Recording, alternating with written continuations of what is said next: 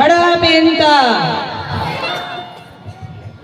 आप सभी को मैं इस मंच से सर्वप्रथम ग्राम कोटमी कला के समस्त पेन शक्ति देवी देवताओं के चरणों में, गांव गोसाई माता ठाकुर देव बाबा के चरणों में सादर सेवा जोहार करती हूँ। इस मंच से गुणमाना रत्न दादा हीरा सिंह मरकाम जी के चरणों में मैं सादर सेवा जोहार करती हूँ। साथ ही आज के इस कार्यक्रम के मुख्य अतिथि परम सम्मानी जयनाथ सिंह राम जी, राष्ट्रीय प्रवक्ता गुणवाना गणतंत्र पार्टी, और हमारे जिले के वरिष्ठ मुखिया, हम सबके मार्गदर्शक परम सम्मानी फूल सिंह पेंद्रो चाचा जी, साथ ही मंचासीन समस्त पदाधिकारीगण, मातृशक्ति, पितृशक्ति, युवा शक्ति, आप सभी को मेरा सादर सेवा जोहार। सबसे पहले तो दो तरह की बातें हैं। एक तो मैं आप सभी को इस बात की बधाई देना चाहती हूँ कि जो विधानसभा का जो चुनाव बीता उसमें कोटमी कला से दोनों बूथ में आपने गुणवाना गणतंत्र पार्टी को जीत दिलाई। इस उपलब्धि के लिए मैं चाहती हूँ कि इस उपलब्धि के लिए आप सभी धन्यवाद के पात्र हैं। आज का जो ये कार्यक्रम है, शहीद वीर नारायण सिंह जी को हम याद कर रहे हैं उनके बलिदान दिवस के अवसर पर। उनके साथ ही दादा हीरा सिंह मरकाम जी के आंदोलन को हम और कैसे आगे ले जा सकें, आगे कैसे बढ़ाएं।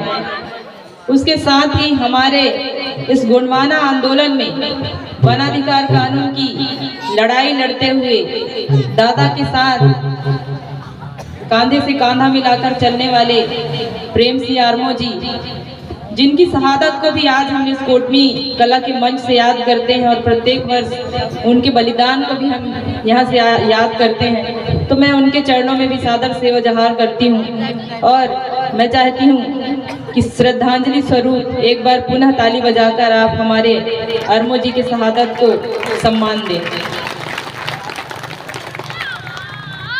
आज सोचने की बात है, हम अक्सर मंच पर खड़े होकर बात कहते हैं, कभी सभा के माध्यम से, कभी बैठक के माध्यम से, कभी सम्मेलन के माध्यम से।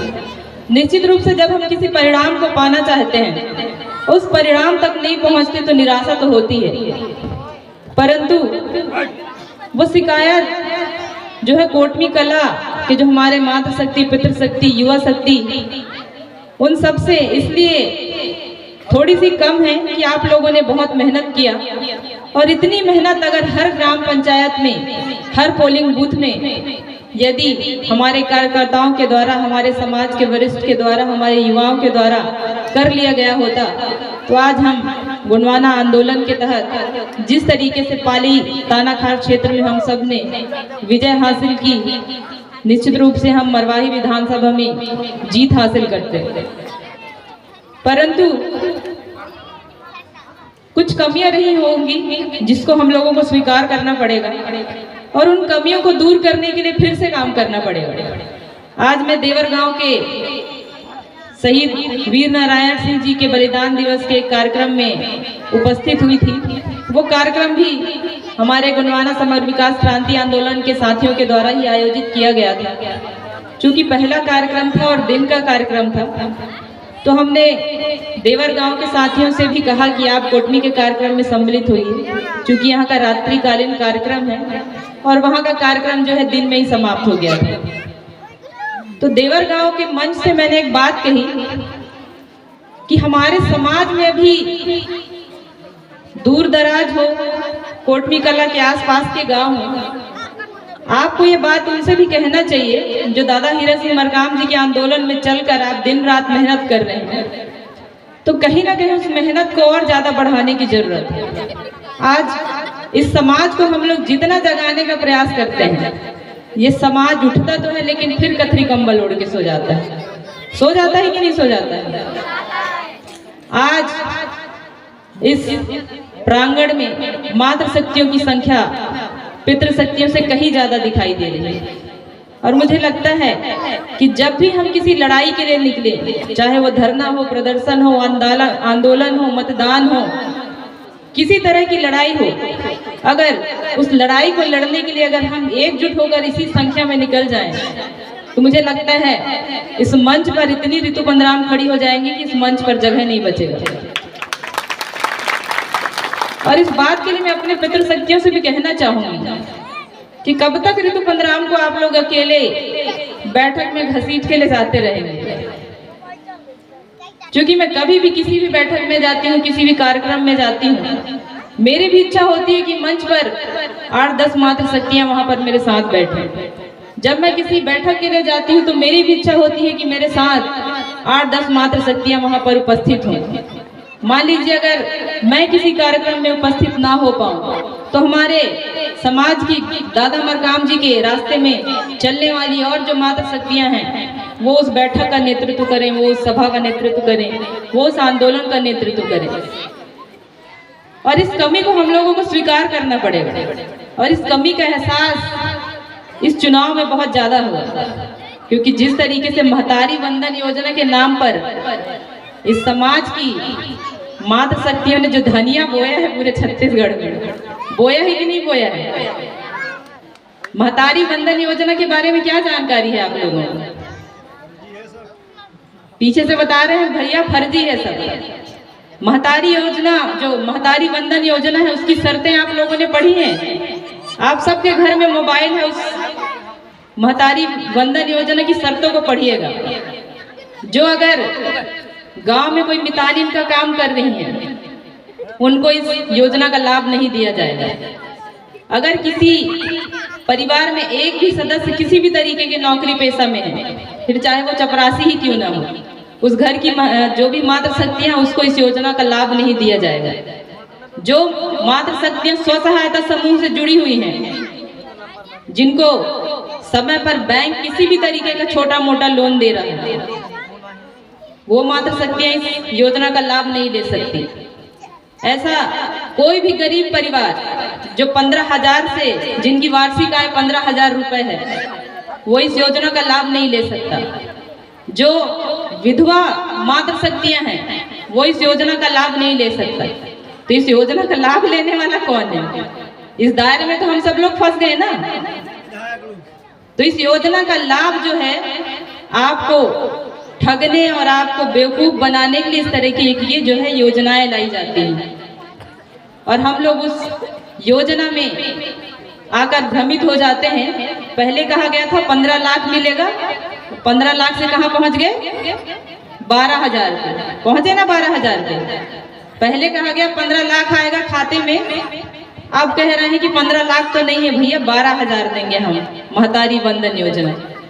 और उसमें भी कहा गया है कि 2 साल पहले का पंजीयन अगर होता है आपका, तभी उस महतारी वंदन योजना का लाभ दिया जाएगा। और मोला लाग थे कि कोटमी में जितना जे महतारी हमार बिहाव करके आ रही हुई, कोनो पंजीयन हुई है कि नहीं? और नवा जोड़ी आए हुई तो करवाए हुई भाई पंचायत में, और जुनहा मन से तो नहीं करवाए। अब बात लग में जाना था, तो आप मतलब सब विचार करना पड़ी क्या जो एक लंबा समय से हम लड़ाई लड़त आता, चाहे 2018 के बात हो, 2020 के बात हो, चाहे 2023 के बात हो। लेकिन यह बात की खुशी है कि गुणवाना रत्न दादा हीरा सिंह मरकाम जी के साथ गुणवाना आंदोलन में चलने वाले जो हमारे साथी हैं, जो हमारे सिपाही हैं, उन्होंने अपने सिद्धांत के साथ समझौता नहीं किया। हम लोग आज भी उस रास्ते पर अडिग खड़े हैं जहाँ पे हम समाज को बेहतर दिशा देने का काम कर रहे हैं। देवर गांव के मंच से तो मैंने बहुत कड़वी बातें कही थी। मैंने वहां कहा था कि 2 बातें होंगी, या तो आप उस मंच में मेरे उद्बोधन के बाद आप मुझे गालियां देंगे, या तो फिर सोचने को मजबूर हो जाएंगे कि अगर मैं समाज के पितृशक्तियों को उतना ही दोषी मान रही हूँ जितना कि मातृशक्तियां दोषी हैं इस समाज को बर्बाद करने के लिए। और मैं ऐसा क्यों कह रही हूँ? ऐसा इसलिए कह रही हूँ कि सरकार की ये जो नुमाइंदे जो गांव-गांव में गली-गली में घूमते हैं, हम लोग उनसे कभी सवाल नहीं करते किसी भी तरीके की योजनाओं के बारे में। महतारी वंदन योजना, लाडली बहना योजना, ये दुनिया भर की योजनाओं के नाम पर जिस तरीके से हमारे गांव में घुसकर, मोहल्ले में घुसकर बेवकूफ बनाया गया, उसके लिए हम लोगों ने विरोध नहीं किया। हम चाहते हैं कि गोंडवाना आंदोलन सफल हो, हम चाहते हैं कि गोंडवाना गणतंत्र पार्टी की जीत हो, लेकिन हम कभी ये प्रयास नहीं करते कि हम भी घर से निकलकर 4 कदम मेहनत कर लें, अपने परिवार के पास जाएं, अपने रिश्तेदार के पास जाएं, अपने पड़ोस के गांव में जाएं। अगर पड़ोस के गांव में कोई रिश्तेदार हो तो उनसे कहें कि आप अपने पड़ोस के गांव में जाकर गोंडवाना आंदोलन और गोंडवाना गणतंत्र पार्टी के पक्ष में आप उनके विचारों को रखें। आज मौका परस्त लोग अपने फायदे के अनुसार कभी इस पार्टी से, कभी उस पार्टी, कभी उस पार्टी से, कभी इस पार्टी नाचते रहते हैं। और ये कोई दूसरा व्यक्ति नहीं है, ये आप सबके ही परिवार रिश्तेदार के लोग हैं। आज गोंडवाना गणतंत्र पार्टी के जो राष्ट्रीय प्रवक्ता इस मंच पर उपस्थित हैं, रेणुका सिंह जी का नाम आप सबने सुना होगा। हमारे फलाना समाज के जो पदाधिकारी हैं बहुत उछल कूद कर रहे थे कि हम समर्थन कर रहे हैं कि उनको मुख्यमंत्री बना दिया जाए, बहुत खुशी मना रहे थे कि उनको मुख्यमंत्री बना दिया जाए। मुझे लगता है कि सम्मानीय जयनाथ के राम जी के उनसे ज्यादा घनिष्ठ संबंध यहाँ के जो समाज के मुखिया बन के घूम रहे हैं उनका नहीं होगा। रेणुका सिंह जी उनकी चाची सास लगती हैं।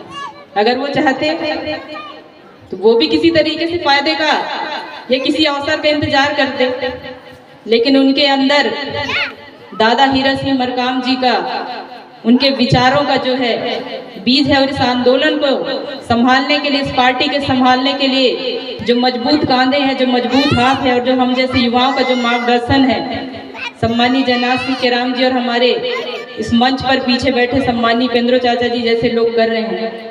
नहीं तो आज इन अवसरवादियों की तरह इनका बहुत घनिष्ठ संबंध है, ये भी कहीं से फायदा देखते। और आज जो लोग कहते हैं कि आदिवासी मुख्यमंत्री बना दिया गया, इनको शायद पता नहीं है कि देश की राष्ट्रपति भी आदिवासी समुदाय से हैं, और उस आदिवासी समुदाय से होने के बावजूद देश में मणिपुर में आदिवासी समाज की बहन बेटियों को नंगा करके घुमाया गया था। और आज भी 4-5 दिन के पहले की खबर है कि 13 लोग वहां गोलीबारी में मारे गए। चुनावी दौरा के दौरान जब हम लोग बस्ती बगरा क्षेत्र में दौरा कर रहे थे, भारतीय जनता पार्टी के एक पदाधिकारी मिले। दुर्भाग्य से वो अपने समाज के ही हैं। दुर्भाग्य से इसलिए कह रही हूँ, जब मणिपुर की घटना पर हम लोग चर्चा कर रहे थे तो उनका कहना था कि पहले जो कांग्रेस ने किया वही भाजपा कर रही है। मन तो कर रहा था कि खींच के मैं वहीं पे जूता चप्पल उतार के मारूं, लेकिन मेरे सामने मुझसे वरिष्ठ जो हमारे गोंडवाना आंदोलन के ही हमारे मार्गदर्शक हैं, वो उपस्थित थे वहां पर। इस वजह से उनका सम्मान करते हुए मैंने बातों को बहुत आगे नहीं बढ़ाया। सवाल ये है कि अगर भारतीय जनता पार्टी की सरकार हो या कांग्रेस की सरकार हो, अगर इस समाज के बेटियों को अगर नंगा करके सड़कों पर घुमाया जा रहा है तो उसमें भारतीय जनता पार्टी का क्या नुकसान है कि भाजपा का और कांग्रेस का, दोनों ही पार्टियों को क्या नुकसान है। अगर इस देश में शोषण और अत्याचार हो रहा है तो इस समाज के लोगों के साथ हो रहा है। इस देश में अगर किसी की इज्जत और आबरू लूटी जा रही है तो इस समाज के बहन बेटियों की इज्जत और आबरू लूटी जा रही है। अगर सबसे ज्यादा कोई बेरोजगारी का दंश झेल रहा है, विस्थापन का दंश झेल रहा है, तो उस गरीब तबके का व्यक्ति जो ST SC OB समुदाय के लोग हैं, वो इस शोषण का शिकार हो रहे हैं, इसका दंश झेल रहे हैं। लेकिन आज भी क्या बदलेगा? पहले भी क्या बदला था और आज भी क्या बदलेगा? कभी कभी लगता है कि कौन सी बातों को जाकर हम किस मन से, किस तरीके से लोगों को समझाएं, क्या कहकर लोगों को समझाएं। हमारे ऐसे बहुत से वरिष्ठ हैं जो शारीरिक रूप से थक गए हैं, कितना इस समाज के लिए चिंता करके दौड़ेंगे। ये वो समाज है, हमारे वरिष्ठ कहते हैं इस बात को कि ये वो समाज है जिसने दादा हीरा सिंह मरकाम जी जैसे महापुरुष का मांस नोच कर खा लिया। ये वो समाज है जो डॉक्टर भंवर सिंह पोर्ते जी जैसे महापुरुष का मांस नोच कर खा लिया, चाहे वो कांसीराम जी हो, सीताराम कंवर जी हो। इन सब लोगों ने अगर इस समाज को जगाने का प्रयास किया और अंत में उन्हें कुछ हासिल नहीं हुआ, उस समाज को जगाते जगाते जगाते अपनी पूरी जिंदगी उन्होंने कुर्बान कर दी, और ये समाज उस मांस को, उस चूथड़े को नोच कर खाने के बावजूद भी ये जाता है और आराम से कतरी कंबल ओढ़ के, ठंड है तो सो जाएगा, गर्मी है तो पंखा एसी चालू करके सो जाएगा, बरसात है तो छाता ओढ़ के निकल लेगा। और आपके सामने ही सबसे बड़े उदाहरण के रूप में पेनवासी अरमो जी की तस्वीर लगी है। किसके लिए लड़ने गए थे? सिर्फ अपने बच्चों के लिए लड़ने गए थे, अपने परिवार के लिए बस लड़ने गए थे। वो उस वनाधिकार कानून की बात करने गए थे जिस वनाधिकार कानून की लड़ाई दादा हीरा सिंह मरकाम जी ने शुरू की थी। दादा हीरा सिंह मरकाम जी कहते थे कि बेटा, आने वाले समय में इस समाज के पास मरने के लिए भी एक इंच जमीन नहीं बचेगा। और अब तो जिला बन गया है। जिस तरीके से जमीनों की अवैध खरीदी बिक्री, गलत तरीके से जमीनों का लेन देन, और जो बरसों से काबिज जो लोग हैं उनको किस तरीके से बेदखल किया जा रहा है। आप बहुत दूर की बात नहीं है, सिखवा का ही देख लीजिए, मड़ई का ऐसा कई जमीन देख लीजिए, कोटमी में खुद ऐसा बहुत सारा जमीन होगा।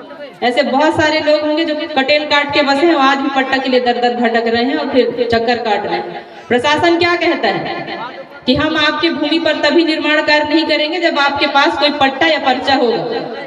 लेकिन है क्या आपके पास अपने पुरखों के कटेल काट के बसे हुए जमीनों का पट्टा?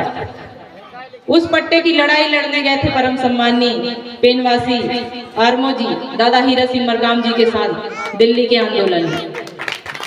आज भारतीय जनता पार्टी या कांग्रेस या जितनी भी पार्टियां हैं, उनके तमाम पदाधिकारी आके कहें इस बात को कि हमने इस वनाधिकार कानून के तहत पट्टे की लड़ाई लड़ी है।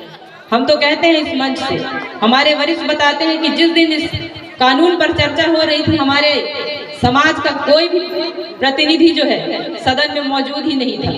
इनसे आप क्या उम्मीद करते हैं? किस तरीके से आपके हक और अधिकार की बात रखेंगे? ये बहुत गंभीर समय है साथियों। अभी आने वाला है लोकसभा का चुनाव, त्रिस्तरीय जो पंचायत चुनाव होना है। और एक सबसे बड़ी बात, जिस तरीके से पूरे देश में ईवीएम का हल्ला चल रहा है कि ईवीएम जो धांधली हुई है, हमको इस बात की खबर ही नहीं है कि ईवीएम क्या चीज है और ईवीएम में जो है किस तरीके से गड़बड़ी होती है।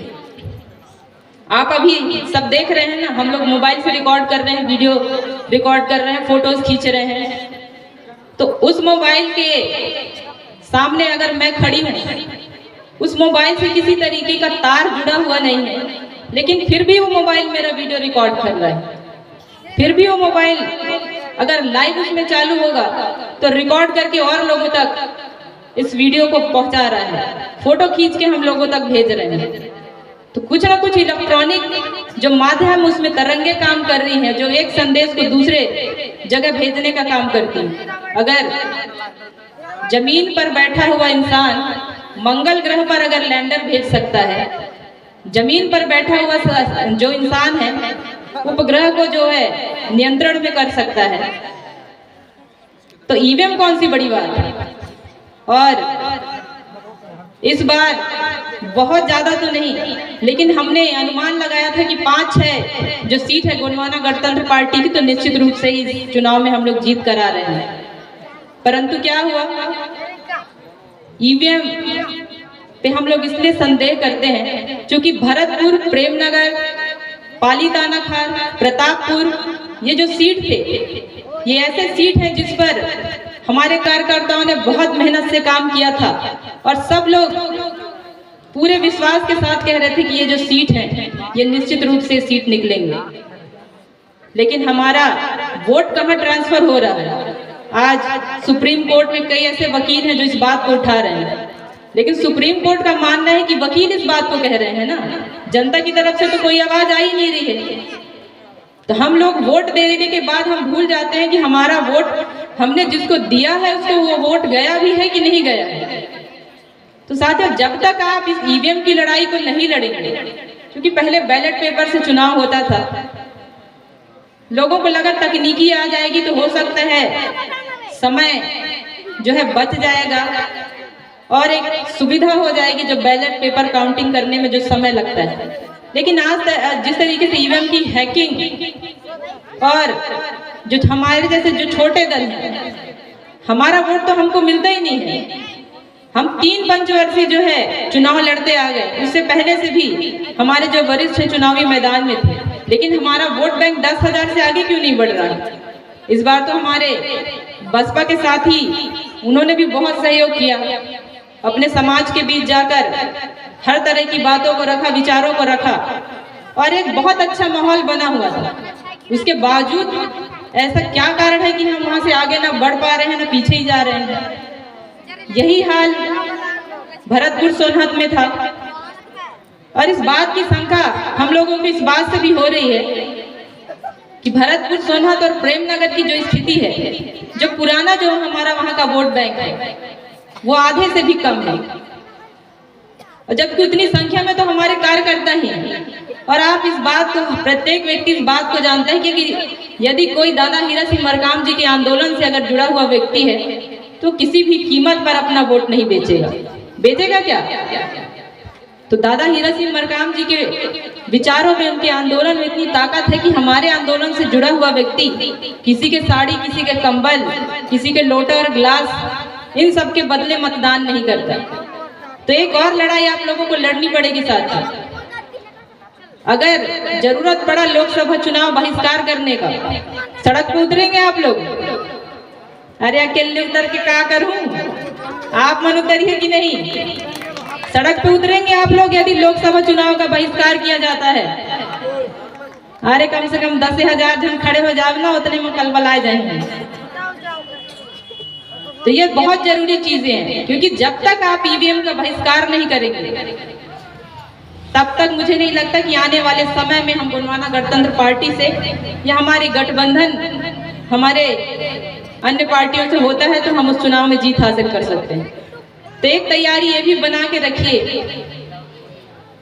कि आने वाले इस 1 महीने के बाद जब भी लोकसभा चुनाव की जो भी घोषणा होती है, हम इस लोकसभा चुनाव का भी बहिष्कार करेंगे और ईवीएम का भी बहिष्कार करेंगे। तभी संभव है कि हम अपना नेता चुनकर सदन पर भेज सकते हैं, क्योंकि हमारे बीच गोंडवाना गणतंत्र पार्टी के राष्ट्रीय प्रवक्ता अतिथि के रूप में मौजूद हैं और मेरा वक्तव्य जो है किसी भी माध्यम से आप सभी के समक्ष पहुंचते रहता है। तो मैं चाहूंगी कि हमारे जो और वक्ता हैं उनके वक्तव्य को भी आप सुने। इसके साथ ही बस 2 लाइन की एक छोटी सी कहानी सुनाऊंगी मैं।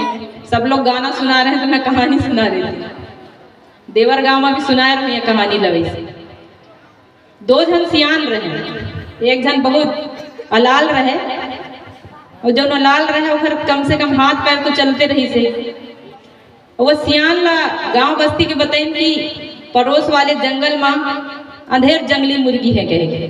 तो सियान गई मुर्गी खोजत खोजत, कहीं इसकी ठागत है गांव बस्ती वाले कि सही में मुर्गी उर्गी है, नहीं तो आजकल तो बेंद्रा भूख मरत है कि नहीं मरत है बेंद्रा भूख। कहीं इसकी भाई पाए गए कोठे मुर्गी तो जुगाड़ हो जाए आज के साग की। तो सियान बहुत मेहनत करी, फांदा लगाई, बड़ा मुश्किल से चारा उरा दही, तो कहीं जाके मुर्गी हने ओखर जाल में फंसी। तो वो सियान धर के आता है, अलाल मन से देखदारी से कहते कहीं ना कहाँ ले पाएगी? कहते बहुत मेहनत करे बाबू तो पायो का था, अब ले जाए के रान तो आलसी जो ना वो साथी रहे ओखर कह चल गए तो मैं बैठे बैठे देखूं कहीं ना रान था। ठीक है कहीं से गई सियान बेचारा, आगी उगिल बारिश, उदगा उदगला भूंजी सूंजी सुहा, बढ़िया मसाला उसाला लोड़वा सिलौटी में पीस पास के साग ला बढ़िया रांधी सुहाने। हुआ जो नालसी आदमी रहे कहीं से देख देगा थोड़ी शाम के आए जाऊं मैं, तो फिर दोनों जन खाओ, दोनों भाई बैठ के वाह आलसी मन से रही तो कहते जाना का कहे कहीं तो चिंता कर सकते हैं पूदगल नोचा तक ले तो बैठे रहो तो चुर गई से कहल भाग है कि नहीं।